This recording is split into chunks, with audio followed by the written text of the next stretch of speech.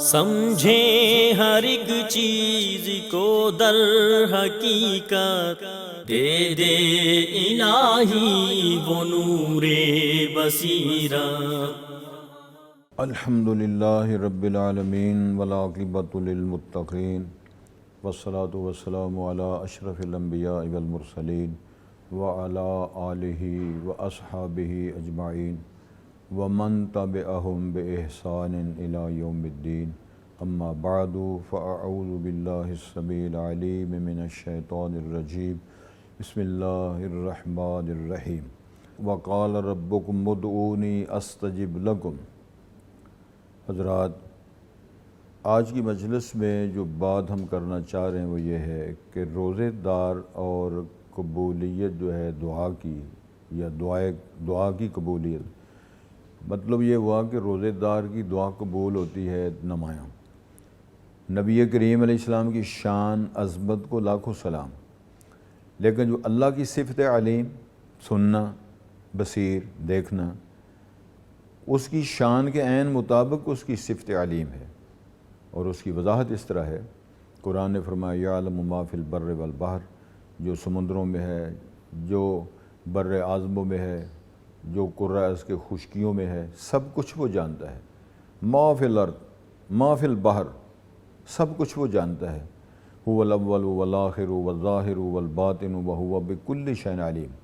تو مفہوم عام اس کا یہ بنتا ہے کہ ساری کائنات، سارے جن انسان بیک وقت تمام اپنی اپنی بولیوں میں اللہ کے سامنے جب درخواست کریں تو اس کا جواب اللہ نے دیا ہے کہ میں سنتا بھی ہوں، جواب بھی دیتا ہوں، سمجھتا ہوں، اور اس کی تمام ضرورتیں میں پوری کرتا ہوں۔ تو دعا جو ہے، رسول اکرم صلی اللہ علیہ وسلم نے ارشاد فرمایا کہ اللہ تعالیٰ بندوں کی جو دعائیں ہیں اور جو ان کا سوال ہے اللہ پسند کرتے ہیں۔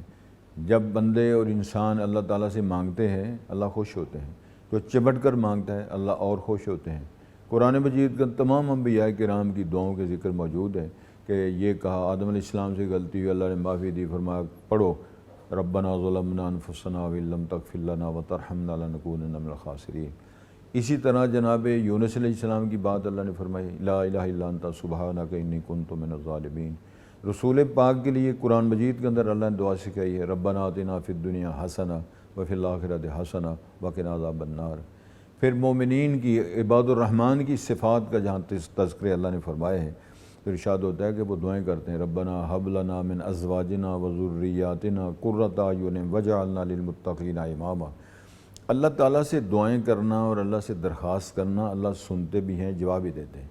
ٹاپک آج کا ہمارا یہ ہے کہ روزے دار کی قبولیت دعا کی بات ہے۔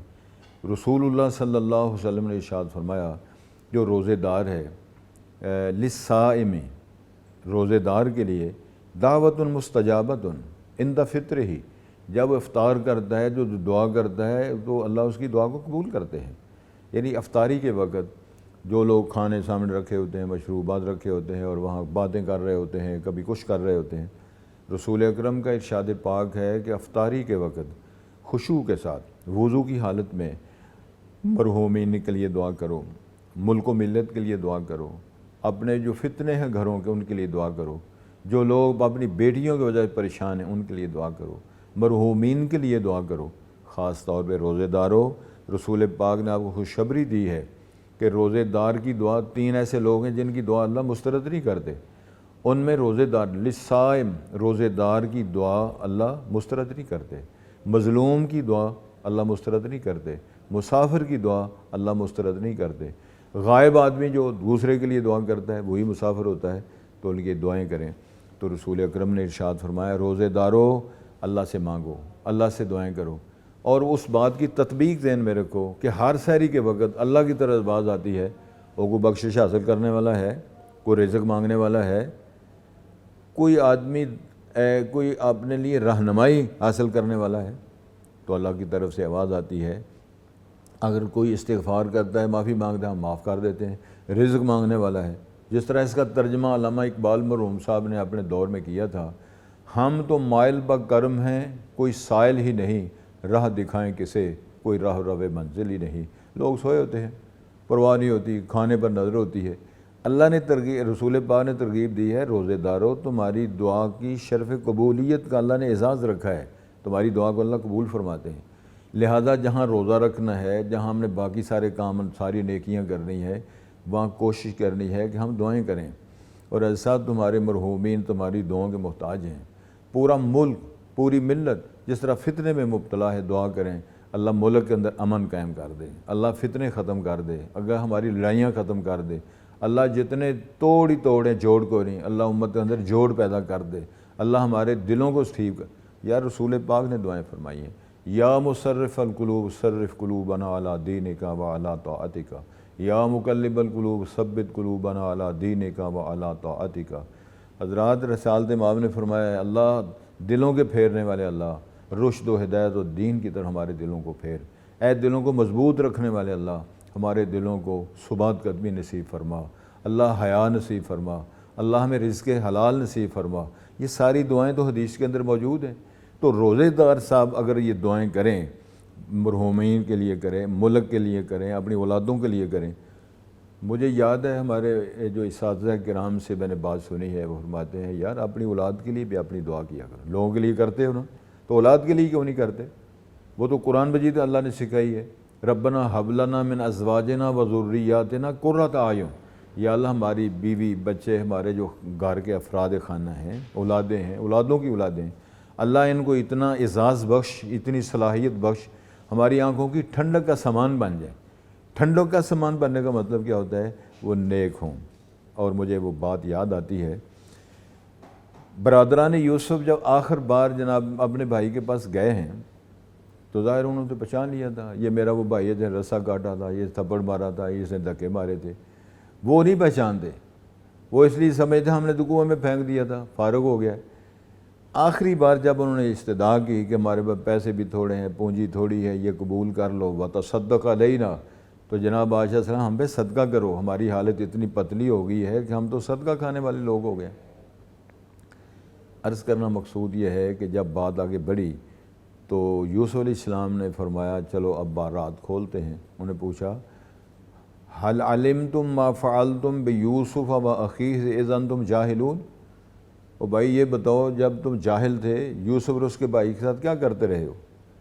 وہ پریشان ہو گئے کہ اس بزرگ کو، اس بادشاہ کو، مصر کے بادشاہ کو ہمارے گھر کی بات کس نے بتائی؟ ہمیں تو پتہ نہیں، وہ تو گھر کی بات تھی، ہم نے تو نہیں بتائی اس کو، کون آ کر اس کو بتا گیا؟ پھر ان کے ذہنوں میں بات آئی کہ ممکن ہے کہ یہ کنویں سے بچ گیا ہو، مرا نہ ہو۔ تو ہم پوچھتے ہیں اِنَّکَ لَأَنْتَ یوسف، یہ جناب آپ یوسف ہیں؟ تو انہوں نے کوئی وہ 140 سال کی تقریباً جو داستان سنائی جاتی ہے، تو انہوں نے کہا کہ اصل معاملہ یہ ہے، ھذا اخی انا یوسف وھذا اخی، میں یوسف ہوں، یہ میرا بھائی ہے، قد من اللہ علینا، اللہ نے ہم پہ یہ احسانات فرمائے ہیں۔ تو میں جو بات کرنا چاہتا ہوں وہ یہ ہے کہ میں دعا کرتا ہوں اللہ مجھے بھی معاف کر دے، اللہ تمہیں بھی معاف کر دے۔ اور وہاں اشارہ یہ کیا ہے اذ نزغ الشیطان بینی و بین اخوتی، اصل معاملہ گڑبڑ کوئی نہیں تھی، شیطان نے تھوڑا سا ورق لا کے نا میرے بھائیوں کے درمیان میں ویسی بات کر دی تھی۔ تو میں یہی حوالہ دینا چاہتا ہوں، اگر ہم یہ ذہن صاف کر لیں یار شیطان کا معاملہ اس نے گڑبڑ کر دی تھی، میرے سارے بھائی ہیں، میرے سارے ویر ہیں، سارے پاکستانی مسلمان ہیں، ہمارے اندر کوئی حسد، کوئی بغض، کوئی عداوت نہیں۔ کوشش کرو، میں واسطہ دے کر کہتا ہوں روزے دارو، ماہ رمضان میں ایسی کوشش کر کے ایسی دعائیں مانگو، اس ملک کے اندر اللہ تعالیٰ فضا بہتر فرما دے، اس کی سرحدوں کی اللہ حفاظت فرمائے، جو لا الہ کے نام پر ہمیں ملک و ملت ملا ہے اس کے اندر ہم خوشگوار زندگیاں گزار سکیں۔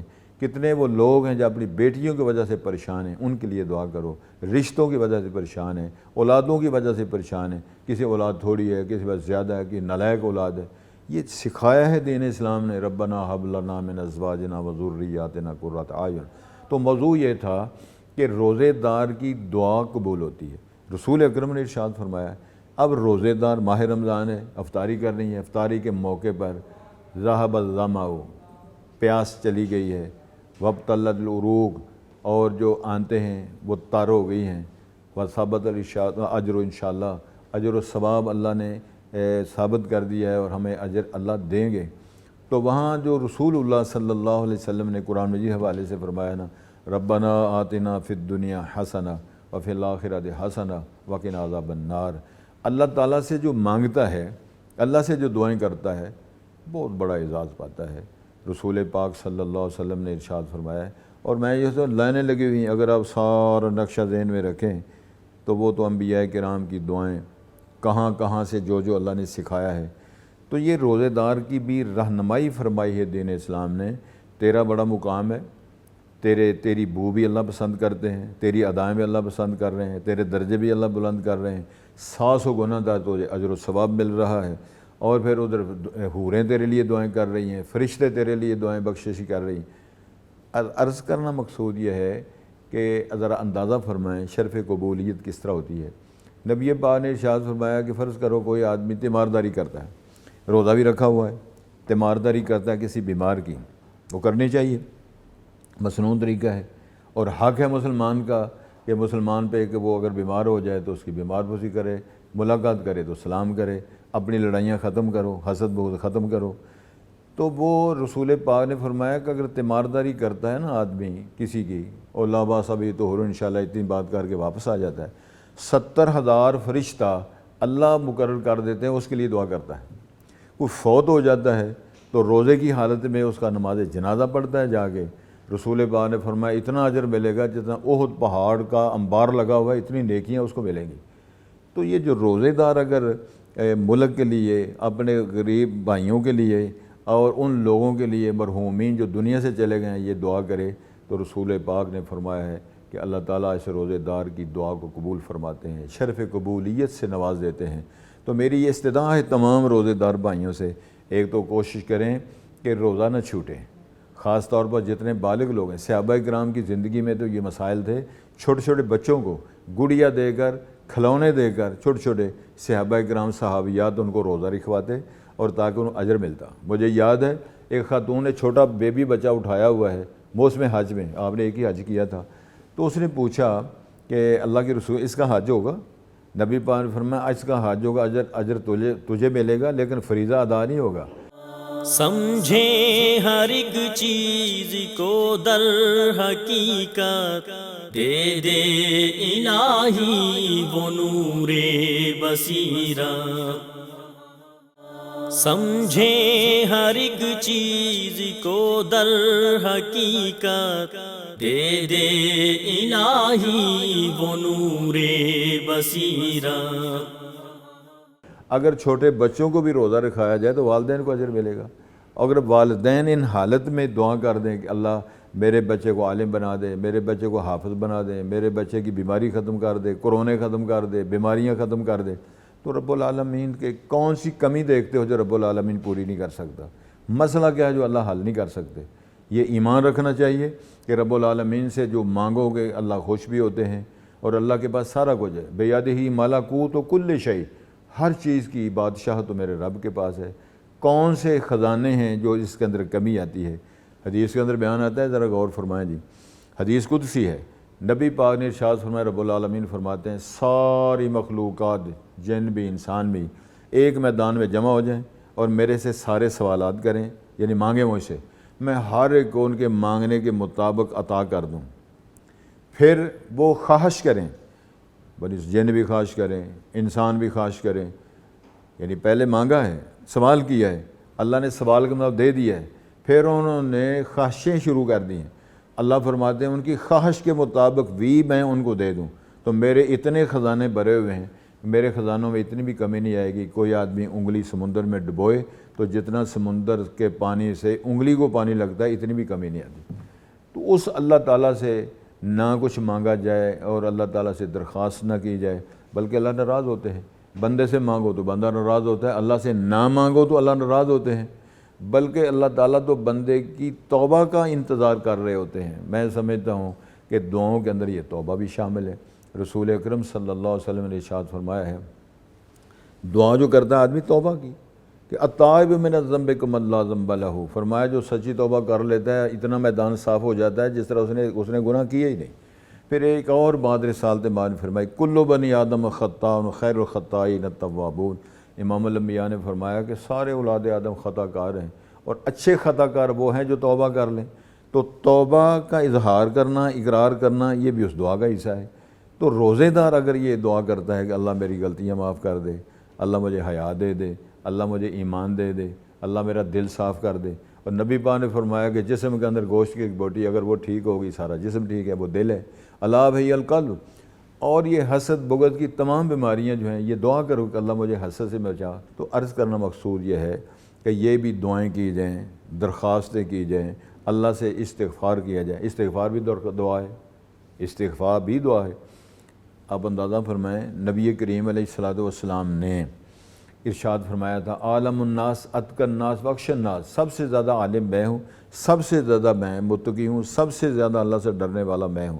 اس کے باوجود اللہ نے نبی پاک سے فرمایا قل رب زدنی علما، کہ جناب یہ دعا کیا کرو اللہ میرے علم میں اضافہ فرمائے۔ تو نبی علیہ السلام پہ دعا کیا کرتے تھے اللہم انفعنی بما علمتنی وعلمنی ما ینفعنی وزدنی علما۔ زبان رسالت نے اظہار فرمایا کہ روزے دار کی دعا قبول ہوتی ہے، تو روزے دار کو دعا کرنی چاہیے۔ بلکہ ایک اور حدیث کے اندر آتا ہے کہ ہر رات ایک قبول دعا جو شرف قبولیت ملتی ہے روزے دار کے لیے، تو ادھر اللہ بھی آواز دے رہے ہیں کہ معافی مانگنے والا ہے، ادھر یہ روزے دار لگا ہوا ہے کہ اللہ مجھے معاف کر دے، میری اولاد کو معاف کر دے، میرے والدین کو معاف کر دے، میرے اساتذہ کو معاف کر دے، ملک کے اندر اللہ گڑبڑ جو ہے اس کو ٹھیک کر دے۔ تو روزے دار جو ہے اس کی شرف قبولیت کی بات ہم کر رہے ہیں، اور خاص امتیازی حیثیت ہے۔ تو ٹارگٹ اللہ تعالیٰ نے بنایا کہ جب یہ دعا کرتا ہے، التجا کرتا ہے، معافی مانگتا ہے، اللہ تعالیٰ اس کو معاف کر دیتے ہیں۔ تو یہ خاص طور پر یہ جو بات کی جا رہی ہے کہ معافی مانگنا، دعائیں مانگنا۔ اور ایک اور بات نبی پاک نے فرمائی ہے علیہ السلام، اللہ تعالیٰ قبول فرماتے ہیں دعاؤں کو جب تک بندہ جلدی نہ کرے۔ آپ نے سنا ہوگا لوگ کہتے ہیں عادت ہے، او پاجی میں نے دعا بھی کی ہے، عمرہ بھی کیا ہے، حج بھی کیا ہے، اللہ ہماری سنتا ہی نہیں۔ وہ اس جوش میں آ کر اللہ کی صفت سماعت کا انکار کر دیتے ہیں۔ کہنا اصل میں یہ چاہ رہے ہوتے ہیں کہ دیر ہو گئی ہے، میں نے یہ دعا فرمائی تھی، یہ کی تھی، التجا کی تھی، لیکن ہمارا کام نہیں ہوا، کہنا یہ چاہتے ہیں، لیکن کہہ یہ دیتے ہیں کہ اللہ ہماری سنتا ہی نہیں۔ نبی پاک نے فرمایا کہ ما لم یستعجل، پھر صاحب ومل استعجال، جب تک جلدی نہ کریں۔ تو اس میں یہی آپ نے فرمایا ہے میں نے لمبی دعا کی ہے، میں نے اتنا عرصہ ہو گیا ہے، میں نے صدقہ بھی کیا ہے، میں نے فلاں کام بھی کیا ہے، لیکن ہمارا کام نہیں ہوا۔ اس قسم کی گڑبڑ نہ۔ ایک اور ارشاد فرمایا ہے کہ جب تک وہ صلہ رحمی اس میں اندر، یعنی صلہ رحمی کو توڑنا، صلہ رحمی کی مخالفت کرنا، یعنی صلہ رحمی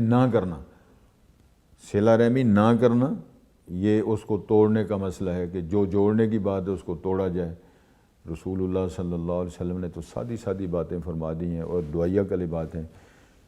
حضرت عبداللہ بن سلام بیان فرماتے ہیں، اور یہ تورات کے حافظ تھے، مدینہ منورہ کے بہت اچھے خاندان کے یہ شخصیت تھے۔ نبی پاک ہجرت فرما جب مدینہ منورہ آئے تو عبداللہ بن سلام فرماتے ہیں کہ میں نے سوچا زیارت کروں، پتہ چلا ہے کہ جنہوں نے نبوت کا دعویٰ کیا وہ دین پہنچ گئے ہیں۔ عبداللہ بن سلام جب تشریف لائے تو کہتے ہیں میں نے جب نبی پاک کے چہرے کو دیکھا تو قسم اٹھا کے کہتے ہیں اللہ کی قسم یہ جھوٹا چہرہ نہیں ہے۔ ساتھ وہ جو بیان کرتے ہیں میں نے وہ عرض کرنا ہے کہ وہ بیان آپ کا کر رہے تھے۔ عبداللہ بن سلام راوی ہیں، وہ فرماتے ہیں کہ نبی علیہ السلام فرما رہے تھے لوگوں افشوا السلام واطعموا الطعام وصلوا الارحام، صلہ رحمی کرو، وصلوا باللیل والناس نیام تدخلوا الجنۃ بسلام۔ یہ 4 کلمات فرمائے کہ نبی پاک ان صحابہ کو یہ کہہ رہے تھے افشوا السلام۔ افشوا السلام کا مطلب کیا ہے کہ سلام کو عام کرو، پیغام سلام کو عام کرو۔ اس کا مطلب جو نبی پاک نے فرمایا ہے جس کو تو پہچانتا اس کو بھی سلام کر، جس کو نہیں پہچانتا اس کو بھی سلام کر۔ تو اس کا مفہوم کیا بنتا ہے؟ فرض کرو میں اپنے بھائی کو سلام کرتا ہوں تو اس کا ترجمہ یہ بنتا ہے آپ جناب میں ضمانت دیتا ہوں میری طرف سے حسد بغض عداوت شرارت سے آپ محفوظ رہیں گے۔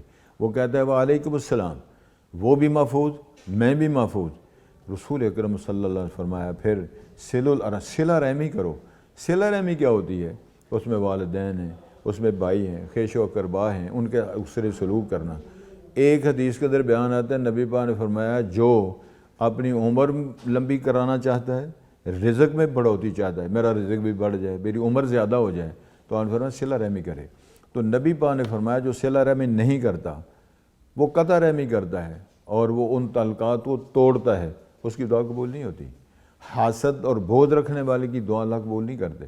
بغض سے بھی اپنے آپ کو بچایا جائے، حسد کی بیماری سے بھی بچایا جائے، صلہ رحمی کی جائے، اور خاص طور پر روزے دار کے لیے اللہ اس کے رسول نے جو تعلیمات دی ہیں، زبان کی حفاظت، کان کی حفاظت، اور اس کے حلال اور بول چال لباس ٹھیک کر کے افطاری کے وقت، سحری کے وقت یہ دعائیں کرے۔ نبی کریم نے بشارت دی ہے کہ اس کی دعا قبول ہوتی ہے افطاری کے وقت بھی، سحری کے وقت بھی۔ بلکہ ایک اور حدیث شریف میں بیان آتا ہے، مرحوم بندے کا ادھر سٹیٹس بڑھتا ہے، درجہ بڑھ جاتا ہے۔ وہ پوچھتا ہے کہ یا اللہ میں تو ادھر پڑا ہوا ہوں، تو میں نے تو یہ کام کیے ہی نہیں، میرا درجہ کو بڑھ گیا ہے۔ تو وہاں جواب ملتا ہے، یہ تیرے بیٹے نے یہ کام کیا ہے، تیرے بیٹے نے دعا کی ہے، تیرے بیٹے نے یہ عمل کیا ہے، اس کو اللہ نے شرف قبولیت سے نوازا ہے، اس کی وجہ سے تیرا سٹیٹس بھی بڑھ گیا ہے۔ عزیزان من، اے برادران اسلام، افطاریاں کرو، افطاریاں کراؤ، سحری کے وقت، افطاری کے وقت اپنے ماں باپ کے لیے دعائیں کرو، اپنے اساتذہ کے لیے دعائیں کرو، اپنے محسنین کے لیے دعائیں کرو۔ یہی ٹاپک ہے کہ روزے دار کی چونکہ آپ کا سٹیٹس بڑا اچھا ہے، اللہ آپ کی دعا کو قبول فرماتے ہیں، لیکن کرنا کیا ہے؟ رزق حلال مانگو، شرم مانگو، حیا مانگو اور سہولتیں مانگو۔ ربنا آتنا فی الدنیا کا سوال کرو، اللہ ہماری دنیا بھی ٹھیک کر دے، آخرت بھی ٹھیک کر دے۔ اللہ ہم مسکین بندے ہیں، تیری رحمت کے امیدوار ہیں، ہمیں نبی پاک کی شفاعت نصیب کرنا، لوائے حمد کا سایہ نصیب کرنا، اور اے اللہ ہمارا جو اگر قبر میں جب جانا ہے تو ہمارے سوالات کا جو سلسلہ ہے، سادی سی بات ہے، 3 ہی سوال ہیں اور 3 ہی اس کے جواب بتا دیے ہیں، من ربو کا، من نبیوں کا، ما دینوں کا، سارے دین کا خلاصہ ہے۔ تو وہاں میں جو گزارش کرنا چاہتا ہوں وہ یہ ہے کہ جب وہ حدیث کے الفاظ ہیں، اذا اقبر المیت، جب میت کو دفن کر دیا جاتا ہے، اتاہ ملکان، فرشتے آتے ہیں، فیجلسانہ فیقولان لہ من ربک، اٹھا کے بٹھا کے پوچھتا تیرا رب کون ہے؟ وہ کہتا ہے، وہاں الفاظ ان کان موقنن، ان کان موقنن اور ان کان مؤمنن، دونوں الفاظ ہیں، یقین والا، ایمان والا ہے تو کہہ سکے گا ربی اللہ۔ تو حضرات گرامی جب وہ کہے گا ربی اللہ تو پوچھیں گے تجھے کس طرح پتہ چلا میرا رب اللہ ہے؟ تو وہ کہے گا جی قرأت و کتاب اللہ، اس کتاب کے اندر تیری فضیلت، تیرے والدین دی فضیلت، اللہ رب عباد الرحمن کی فضیلت، اس کے اندر اللہ رب العزت کے پاک پیغمبر کی اطاعت کی فضیلت اور بیان جو آتا ہے، وَمَن يُشَاقِقِ الرَّسُولَ مِن بَعْدِ مَا تَبَيَّنَ لَهُ الْهُدَىٰ، نبی کی مخالفت کرنا، صحابہ کی مخالفت کرنا اور ان کی بات کو نہ قبول کرنا، یہ بد نصیبی ہے۔ خوش نصیبی یہ ہے کہ درود و سلام پڑھا جائے رسالت مآب پہ، من صلی علیہ مرۃ صلی اللہ علیہ عشر مرات، نبی ایک بار جو صلی اللہ علیہ وسلم کہتے ہیں اللہ 10 رحمتیں، 10 درجے بلند کرتا ہے، 10 نیکیاں عطا فرماتے ہیں، نیکیاں بھی ملیں، درجات بھی بلند ہوں، اللہ تعالیٰ اس کے گناہ بھی معاف فرمائیں۔ تو یہ خاص طور پہ اگر یہ صائمین جو ہیں، روزے دار، یہ ساری باتیں ذہن میں رکھیں، اپنی اولاد کے بارے میں، ماں باپ کے بارے میں، مرحومین کے بارے میں، خاص طور پر اپنے ملک کی ملت کے لیے دعا فرمائیں، اللہ تعالیٰ ان فتنوں سے ہمیں محفوظ فرمائے۔ یہ جھگڑے، یہ لڑائیاں، یہ افراتفری جو ملک کے اندر ہے، لا الہ الا کے نام پہ ہم روز نعرے مارتے ہیں، پاکستان کا مطلب کیا؟ لا الہ الا اللہ۔ تو اس کے اندر لا الہ کی توحید کی بنیاد پر ایک ملک حاصل کیا گیا، اس کے اندر عزتوں کی، خون کی قربانیاں موجود ہیں، شہادتیں موجود ہیں، ان تمام کا حصہ ہے اس ملک کا خطہ جو اللہ نے ہم کو دیا۔ میری درخواست ہے صائمین سے، روزے داروں سے، اس ملک کی حفاظت کے لیے بھی دعا فرمائیں، اور ہمارے جو محسنین ہیں، اساتذہ کرام ہیں، جنہوں نے ہمیں پڑھایا، سکھایا، تربیت کی، قرآن مجید کے خوبصورت الفاظ ہیں۔ والدین کے لیے اللہ نے کیا فرمایا تھا؟ دعا ہی ہے نا، قُل رَبِّ ارْحَمْہُمَا کَمَا رَبَّیَانِی صَغِیرًا۔ مجھے یاد ہے جب ہم مدینہ یونیورسٹی میں یہ تفسیر پڑھ رہے تھے، شیخ محمود فائد مصری بہت بڑے استاد تھے، وہ کہہ رہے بیٹا سنو، یا اولاد المسلمین، آپ نے سارے کام اچھے کیے ہیں، اطاعت کی ہے، اف تک نے کیا، لباس اچھا دیا ہے، خوراک اچھی دی ہے، سارے کام کیے ہیں، لیکن اگر آپ نے ماں باپ کے لیے یہ دعا نہیں کی تو کوئی حق ادا نہیں کا۔ دعا کرنی ہے، رب ارحمہما کما ربیانی صغیرا۔ یہ روزے داروں اپنے والدین کے لیے، اپنی اولاد کے لیے، بیوی بچوں کے لیے، ملک و ملت کے لیے، آپ کے لیے اللہ کے پاک پیغمبر نے خوشخبری سنائی ہے، تمہاری دعائیں قبول ہوگی، افطاری کے وقت کی، سحری کے وقت بھی۔ یہی ہمارا موضوع تھا، ماہ رمضان اور قبولیت دعا، روزے دار کی جو قبولیت ہوتی ہے اس کو نمایاں طور پہ بیان کیا گیا ہے۔ اللہ تعالیٰ تو سب کی سنتا بھی ہے، جواب بھی دیتا ہے، مسئلے بھی حل کرتا ہے، اس کو کوئی پرابلم نہیں ہے، نو پرابلم، کوئی اللہ تعالیٰ کے لیے دقت نہیں ہے۔ سارا کچھ مانگنے کا عطا کر دے، اس کے خزانوں میں، چابیوں میں اس کے پاس، خزانے میں اس کے پاس، اختیارات بھی اس کے پاس۔ اللہ ہم درخواست کرتے ہیں، دعا کرتے ہیں، اللہ ہمیں معاف کر دے۔ ہمارے ماں باپ کو معاف کر دے، ہمارے مرحومین اساتذہ کرام کو، ملک و ملت کے جو ہمارے محسنین ہیں اللہ ان کو معاف کر دے، جنت فردوس عطا کر دے۔ میری دعا ہے ربنا آتنا فی الدنیا حسنہ وفی الآخرۃ حسنہ وقنا عذاب النار۔ اے اللہ ہماری دین و دنیا بہتر فرما دے، اے اللہ اس ملک کی حفاظت فرما، ہمارے ماں باپ کو معاف فرما، ہمارے محسنین پہ ترس فرما۔ اللہ ہم بھی روزے دار، ہم بھی انشاءاللہ دعا کرتے ہیں اور کریں گے بھی، افطاری کے وقت بھی، سحری کے وقت بھی۔ یہ خاص محسنین کے لیے دعا فرمائیں، اور جو قبروں میں چلے گئے ان کے لیے، شہداء کے لیے، ہمارے علماء جو شہداء ہیں ان کے لیے دعا فرمائیں۔ جو ہمارے کتنی لائن لگی ہوئی ہے، ہماری جماعت کے بڑے بڑے مفتی، بڑے بڑے علماء، بڑے بڑے ہمارے جتنے میں سمجھتا ہوں ذیشان علم و فضل والے لوگ، کچھ شہید ہوئے ہیں، فوت ہوئے ہیں، اللہ تیرے پاس چلے گئے ہیں، سب کے لیے ہم بخشش کی دعا کرتے ہیں۔ اور اس ملک کے خاص طور پر میں سمجھتے ہیں فتنوں کو ختم کرنے کے لیے ہم تیری درخواست کرتے ہیں، امن امان اس ملک میں آئے اللہ سلامتی کے ساتھ، اور ہم اللہم احینا علی الاسلام و امتنا علی الاسلام و ادخلنا دار السلام۔ سبحان ربک رب العزت عما یصفون وسلام علی المرسلین والحمد للہ رب العالمین۔